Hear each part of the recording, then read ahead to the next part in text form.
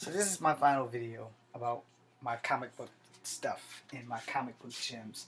I've showed you all of the gems that I found, especially this new Johnny Thunder thing that I've never heard of. And if you go through enough of stuff, you're bound to find something that will catch your eye and will keep you glued to it, or it will make you want to, it will encourage you to read more. And for me, and this is a very strong thing because I'm slightly dyslexic, and discovering that kind of made a little bit more sense. Like, this was like, I know I'm not stupid, or at least I'm not as dumb as everyone else, but, finding out I was slightly dyslexic, I trained myself to be as less dyslexic as possible. So when I read things, I kind of read them twice to make sure that I'm reading it right.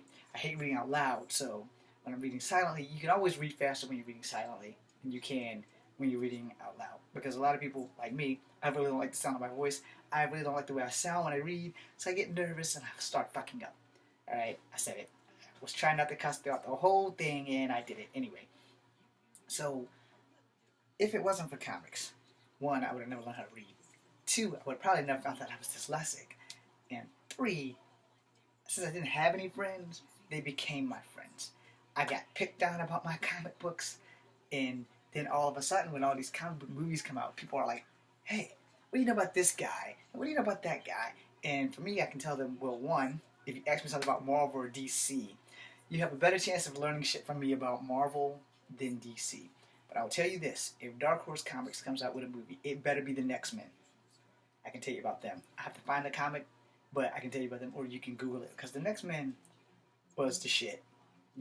It kind of confusing, but it was definitely the shit, because it kind of dealt with, like, having to be in two worlds. There was, like, a world these kids never really came into the real world until, like, maybe, like, the 8th or 9th issue. They were basically a big-ass science experiment of giving people genetic mutations, and everything that could go wrong does go wrong, but it was a good comic book. So, it, it, it you have to be a lover of independent comics. To be honest with you, if you love independent comics, the best independent comics, in my personal opinion, you can take this any way you want, I don't really give a damn, is Dark Horse Comics. Dark Horse has taken some of the greatest heroes ever and placed them up against some of the greatest movie creatures, villains, what have you ever. Like I said, they did a Batman vs. Predator. Somebody stole mine. I think it was Batman vs. Predator, or it was Superman vs. Predator, or both of them versus Predator, whatever. Either way, someone stole it, so I don't have it. And they did a RoboCop versus Terminator. Can't find it. Somebody might have stolen that too. But these are the kind of the books that they did, and X-Men for me should have been their front runner. And it's the same thing with Image. Image is a side spin of Marvel. I'm really not sure if they're still in existence or not. But McFarlane Spawn, Lightfield's, either he did Wildcats or Youngbloods, I'm really not sure which one he did, and Lee did Wildcats. Jim Lee's Wildcats, McFarlane's Spawn, and Rob Lightfield's freaking Youngbloods. And then there was Stormwatch, Savage Dragon, Cyberforce. I want to say the Defenders of Dynatron City, but I'm thinking that that's more Marvel than Image. And there was a lot of these comics that came out, and they all crossed worlds with each other. They didn't really cross worlds with any of the big name Marvel characters, but like Spawn and Youngbloods tangled a bit, and all kinds of other things. Wildcats didn't really fuck with Spawn, but in the same note, nobody really fucked with the Wildcats either. And Wildcats and Spawn and Savage Dragon got their cartoons. Youngblood should have got a cartoon, but they didn't get a cartoon. If they did get a cartoon, I obviously missed it.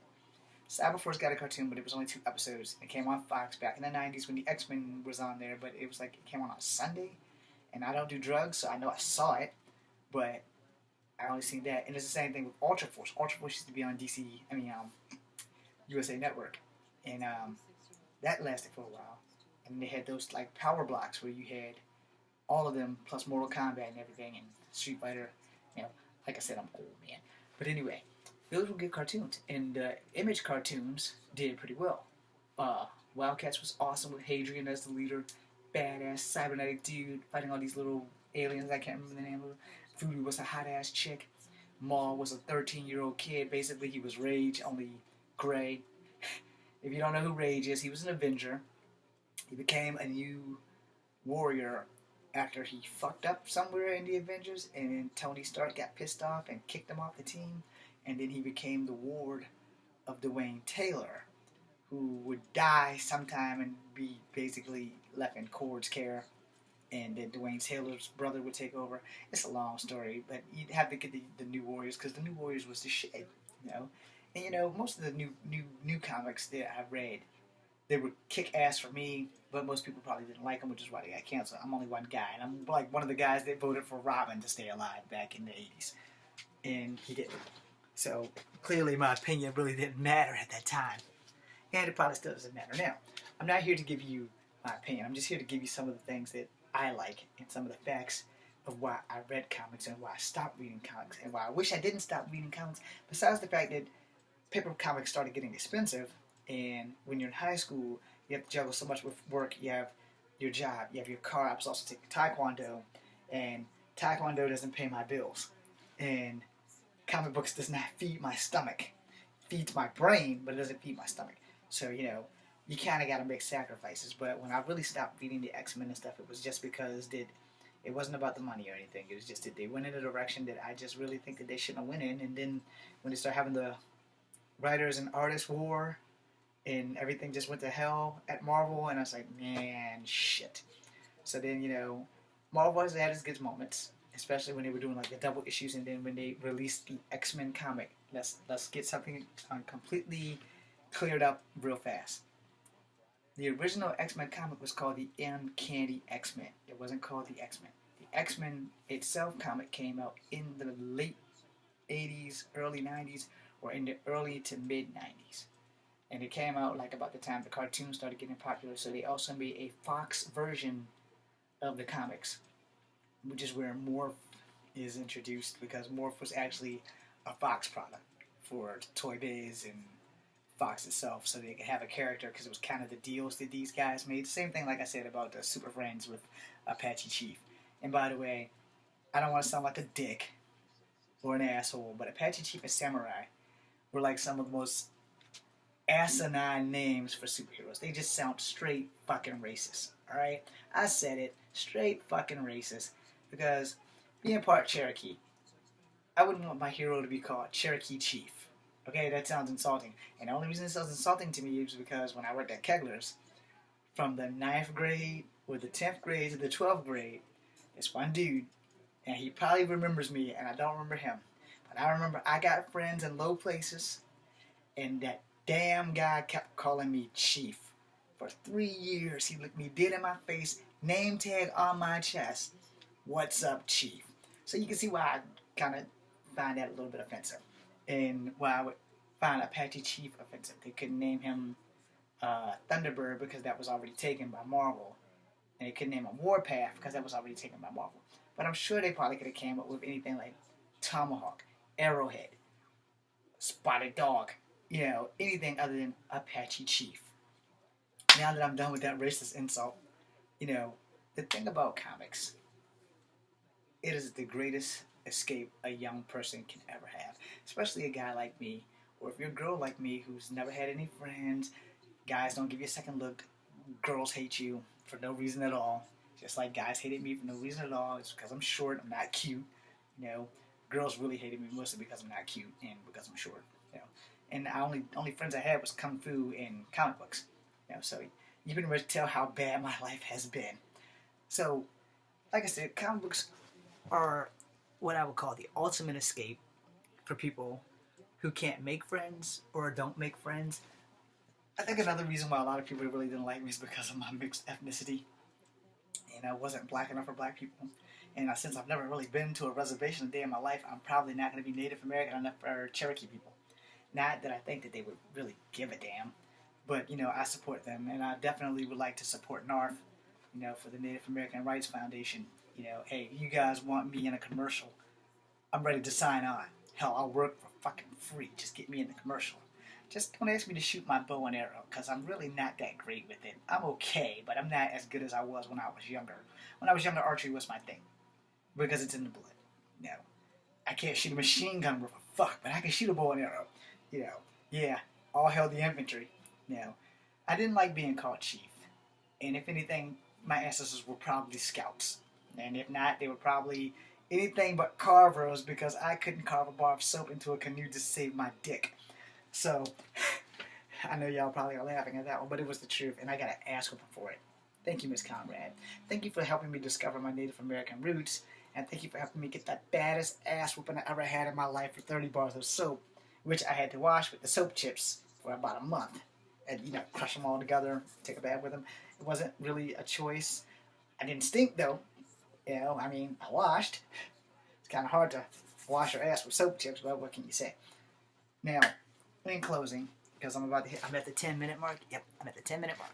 So in closing, I just want everybody to know, try living outside the box. Try reading a comic book every now and again. I'm probably not going to post these until tomorrow because time is running out. I'd really like to get to bed because hopefully, just hopefully, the kids will go to school tomorrow. And I want to deal with these little jackasses and I can have a great day. Plus I have to work the day after tomorrow.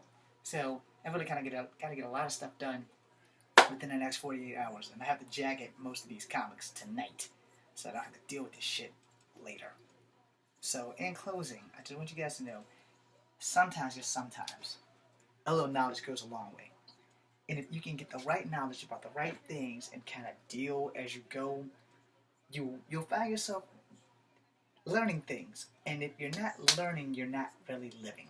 And yes, I know you probably heard that cliche 1,000 times before, but it's 1,000 times the truth. It's kind of like, all right, I don't leave my house without my dog tags. I got an honorable discharge, and I got hurt. But these things mean everything to me. When I die, these bitches will be on me unless I'm married and get around the neck of my child or my wife. If I ever get lucky enough to find another love ever again. Anyway, now I'm not really looking because I don't want to be hurt. But for the record, getting hurt sucks. I took an oath, and I stand by that oath. Foreign and domestic terrorists. And in closing, I don't really think I have a problem with outlaws, since the X-Men are my heroes and they were outlaws. The thing is that you young people are easily influenced, and so was I. But my influences went in the right direction, and my influences were written on paper, like this guy. So before you do anything stupid, and if you don't have any friends, I want you to take this message to heart, because it's from me, a guy who never really had any friends, and the friends I have, I barely get to see because they have children. But before you do anything stupid, before you go out here and fuck up your life and do something extremely stupid, think about the family that you leave behind, and more importantly, there are friends everywhere. Just because they don't really exist don't mean you can't have them. So pick up a comic book, pick up a book, pick up anything that will give you knowledge, pick up something that will give you great meanings so you can find something in your life. This was given to me by a friend. It was a good gift. I thank her very much. When she's seeing this, thank you, Laura. Anyway, when you're doing these things, before you do anything dumb, before you decide you want to go shoot up your college or do something stupid, I've been there.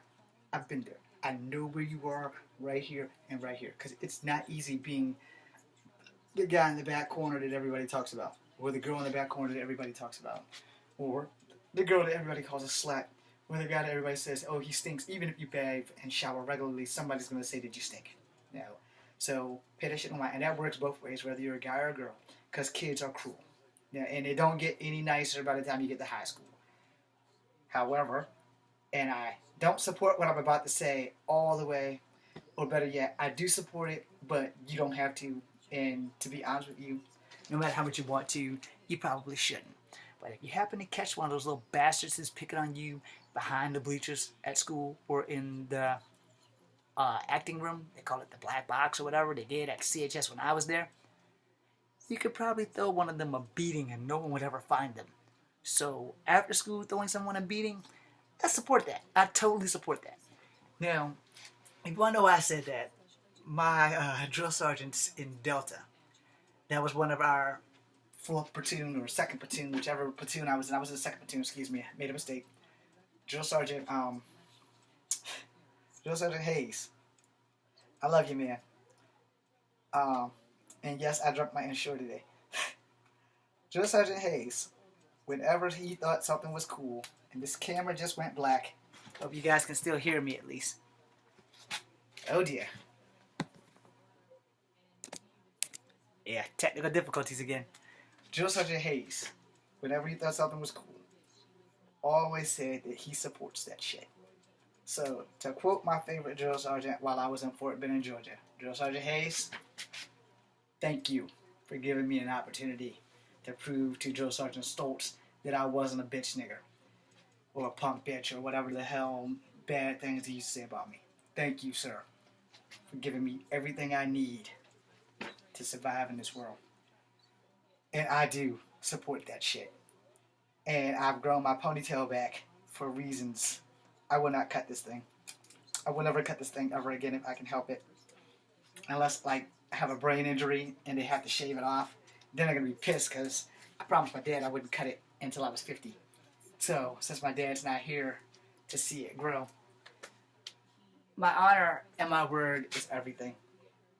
So, I don't tell lies and I keep my word. So, in closing, I just want you kids to know that even if you don't have any friends in this world, you can find them in the most unlikely places. So, read a comic book, find a friend, and find a hero in your friend. Like I said, if it wasn't for Spider-Man, I would have never found the X-Men. But if it wasn't for Jonah Hex, I would have never learned how to read. So thank you, DC. And thank you, Marvel. Thank you, Dark Horse. Thank you, every comic book that has ever been out there. I will bring you more comic book reviews and more comic book gems as I find them. So this is Completely Habit 2. I'm James Williams Jr. Much love. Peace. I love you guys. Later.